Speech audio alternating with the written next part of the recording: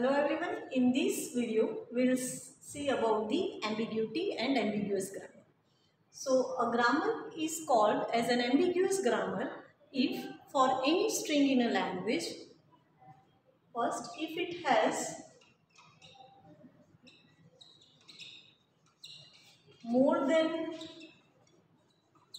one parse tree, and second if it has more than one derivation steps. Okay, so we can say that a grammar is an ambiguous grammar if to derive any string in a language if it has more than one parse tree and if it has more than one derivation steps.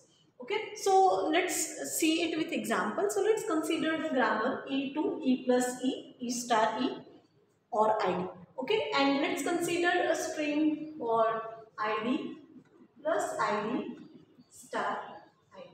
Okay, now we want to derive this string using the given grammar. Okay, so first let's see the parse tree generated by the parser. So let's consider the first tree. Okay, so we can see that over here in the grammar we have three options in the right hand side of the production. That is, either we can derive E to E plus E, or either we can derive it to E star E or ID. Okay, so let's choose the first option. So E to E plus E. Okay, now on right hand side we have a multiplication. So right hand side of E will again derive to E star and E. Okay, this E is derived to ID, ID and ID. This is the first possibility. The second one is where we will choose the second option, that is E to E star E. Okay, so the multiplication part we have derived. So first part we need to derive from E to E plus E. Okay, now this E to ID, ID and ID. So over here we get more than two parse tree for the given string in a language from the given grammar. Okay, so we can say that the grammar is the ambiguous grammar. The second is either we can have more than one derivation steps also. Okay, so let's see the derivation steps. Okay, so the first derivation is, let's choose the first option, that is E to E plus E. Okay, now let's derive this E to ID plus, now the second part of the expression, that is E to E star E, then ID plus derive this E to ID multiply with E finally ID plus ID star ID. Okay, so that this is the first derivation step. So if we see this derivation step carefully, we know that we can get that the left hand side of non-terminal, leftmost non-terminal. Okay, so in this production we have the leftmost non-terminal is E. So the leftmost non-terminal in the sentential form is derived first. Okay, so here from E to E plus E, the first E is derived to ID. Then the second leftmost non-terminal is this E, which is derived to ID, and lastly the last E. Okay, the second is E2.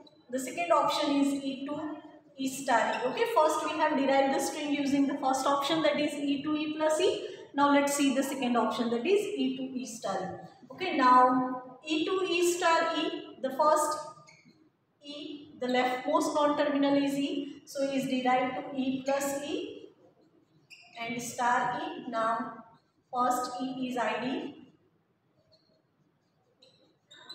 the second E is ID plus ID star E, and finally ID plus ID star E, ID. Okay, so in both of the derivations steps that I have shown here, we have used the leftmost derivation. Okay, leftmost derivation is a one where the leftmost non-terminal is derived first.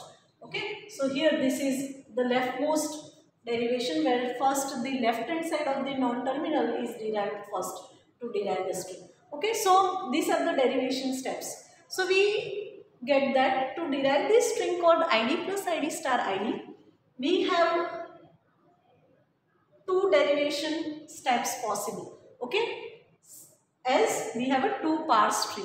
Okay, either even if we follow the rightmost derivation, then also we would be having possibly two derivation steps. Okay, so whether we have more than two rightmost derivation or leftmost derivation, the two more than one derivation is possible. Similarly, more than one parse tree is possible. Now the question is, what happen if we have more than one derivation or more than one parse tree?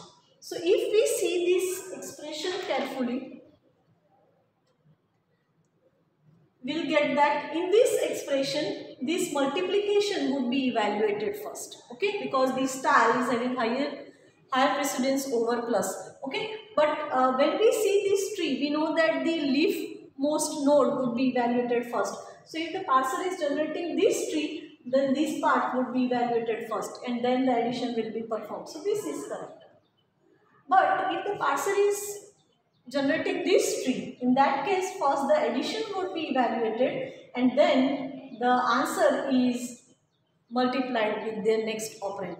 Okay, so if the parser is generating this tree, then it may result into the wrong answer. Okay, so the correct parse tree is this. Similarly, if we see over here, okay, the correct parse tree is this one.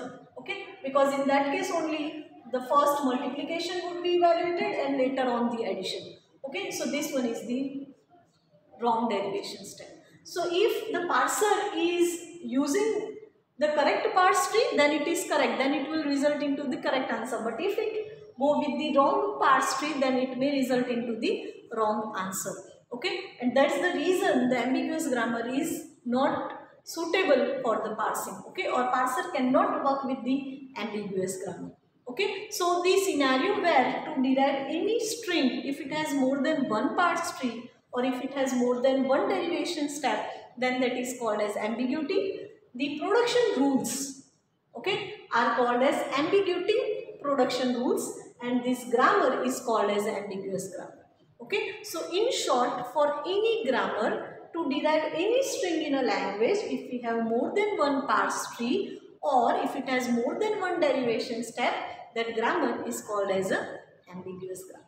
Thank you.